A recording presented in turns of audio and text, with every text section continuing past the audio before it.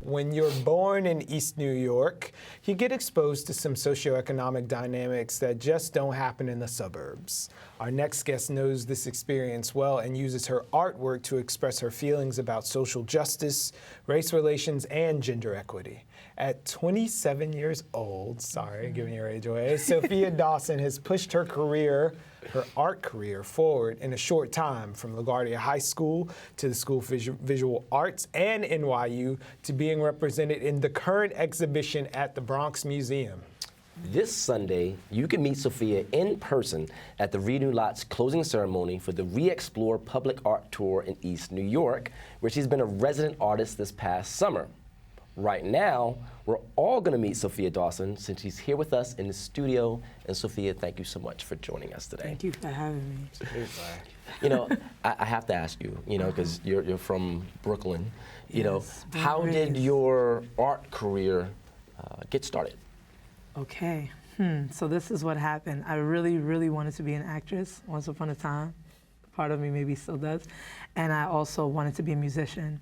And I auditioned for LaGuardia High School for music and for drama. And my art teacher pushed me and nagged me, you gotta try out for art, you gotta try out for art. And I was like, no, I'm not into it. She was like, listen, if you try out for art, it'll increase your chances because they'll know you really wanna go because you're trying out for 3 things. I was like, okay. So I do the audition, I get rejected from the drama program, I get rejected from the music program.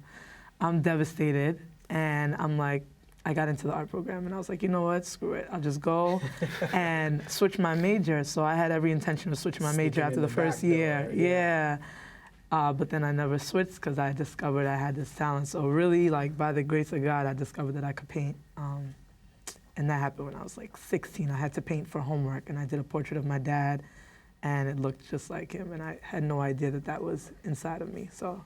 It sounds like some of your teachers sort of saw something inside of you before you did. Yes, Miss K. And Miss K actually passed away before I ever did my first painting. So yeah, that was one of her purposes, was to lead me to what I'm supposed to be doing with my life. So that's so interesting that you say it was Miss K who pushed you and what ultimately became your life's path. When I'm looking at some numbers from Scott Stringer talking about the diversity deficit actually, and was saying that arts education has declined for non-white students in New York City, and the Comptroller's Office found that 20% of New York City high schools had no certified full-time arts teachers, most of them in communities of color like East New York.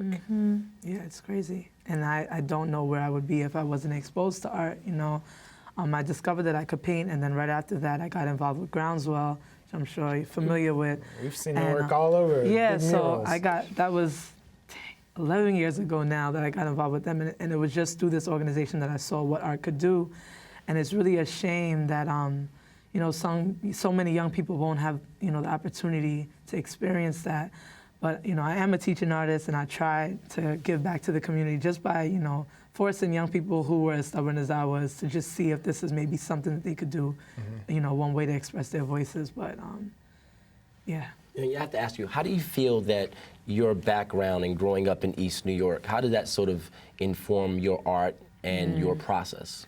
Well, I've lived in this side of Brooklyn for quite some time, and I've lived in Brooklyn in general, like in East Flatbush also, and I've always gone to school outside of my neighborhood. So my parents were like, when I was in elementary school, I was in school in Bensonhurst, Brooklyn, which is predominantly Italian, even though it's probably changed some now. So everybody hates Chrisland. Yes. Yep. Yeah, that was me. That's what. I'm sorry, now I'm realizing why I like that show so much. So yeah, and so I've always seen, I've always been really happy and content with where I lived and my family and my friends and my hood.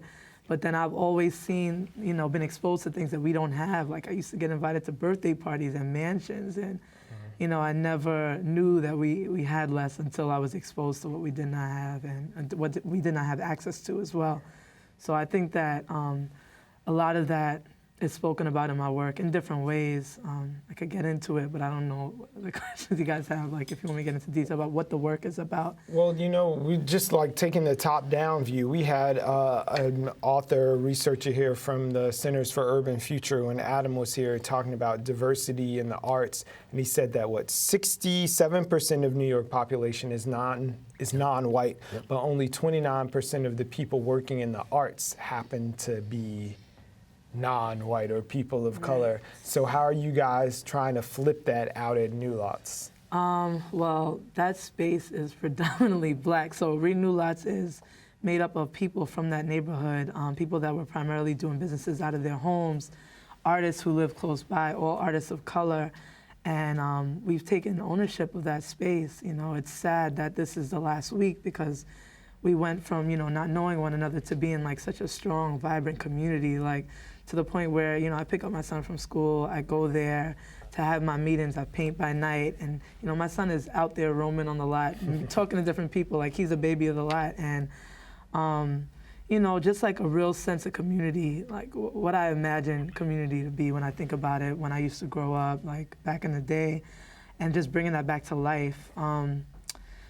I don't know, it's hard to explain it to people who have not been there to experience it, but you know, once people step into that lot, they don't want to leave, you know. And, so back next summer? Yes. What is the message in your work? What is it that you're trying to convey? Okay, so my work is focused on conveying the stories of individuals that have experienced some type of injustice in some way, shape, or form, and basically trying to bring their stories to audience outside of maybe the activist community that already knows who they are.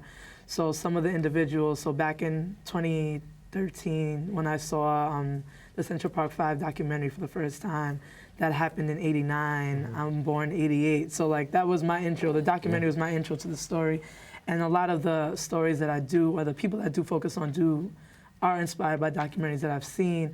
And then, you know, painting their portraits, bringing their stories to an art crowd. So people that are coming out to see the work, but then they get hit with the reality of the situation of the story, inviting Yusef Salaam to speak at my opening, inviting Raina Santana to be there, political prisoners, individuals from the 60s, Black Panther, Black Liberation Movement, that are still wrongfully incarcerated, that are elderly now, that have health issues, who are innocent, bringing their stories to light, women who've lost their children to police brutality. That's to name a few, but ideally, you know, right now it's just me doing this, but ideally I'd have a team of people, and whenever any of these stories emerge, we would like surround that person and help to bring their story to light through the work. So Sophia, we've got Black Lives Matter as a t-shirt, a hashtag, and a social movement, and it's very of the moment, but do you fear that it's not gonna sustain and trickle down into the work in a way that's impactful, that keeps moving forward? Yes, that is something that bothers me. So I started this type of work back in 2010 after our African American history class with Dr. Rosalind Jeffries. And so I've been making paintings about this stuff for quite some time now. I mean, 5 years is not long, but that's long for me. And back when I started, nobody was talking about it, but the same things were happening then. And now it's in everyone's mouth, but it's in our mouth for as long as it's on the news, right? And then, so I have a series called Color Bars, which is basically that screen, that color bar screen that used to happen when the programming used to end. And, you know, it's just talking about the fact that, you know, the way we share media is in so many different forms nowadays. And so we have really short attention spans. And, you know, if you really care about something, you know, you feel compelled to like it and share it, but that's not necessarily enough, you know. And, you know, if you don't care about something, you just swipe up. And so I try to make the work very in your face. You know, sometimes things have to hit home before people care about it for an extensive period of time, but that's something I'm constantly thinking about as an artist who makes images in a world where there are so many images all the time. I like how you said liking and sharing just isn't enough. So what's next for you? What's on the horizon? What can we tune into? So there's a couple of things. So like you said, this week is the last week at Renew Lot. So from the 25th to the 27th, just come check us. You will not turn away the same. Like, it's beautiful energy, beautiful people, great artwork. It's a quick train ride. It's a quick train ride on the L. My work is still up at the Bronx Museum. The Young Lords exhibition closes on October 18th. So if you haven't seen it yet, you should definitely go check that I out. haven't heard about that. It's so relevant. There's stuff happening in the articles in that exhibition that are happening right now today. So everybody should take a moment to go see that. Power, protest, and resistance. So Rush Arts Gallery is on a threefold exhibition that opens, the one that I'm in opens this Thursday at Rush Arts. That's gonna be amazing. I think it's over like 50 artists involved in that exhibition. And Snug Harbor, I'm gonna be a resident artist at Snug Harbor. So this is gonna be a whole other, so I'm coming out of my hood and going to Staten Island. So God knows what's gonna happen so there. there's a lot going on with you. How do people stay in touch with you? Follow me on Instagram. That's the best way. My Instagram is IamWetPaint. IamWetPaint. Wet paint meaning I'm a work in progress, and so are you. Yeah, I tell people that all the time. Second that emotion. Hey, I am a work in progress. Thank you so much for coming out. Thank Sophia. you. We love our Thank you. relationship. Yes, Coming back. it's real.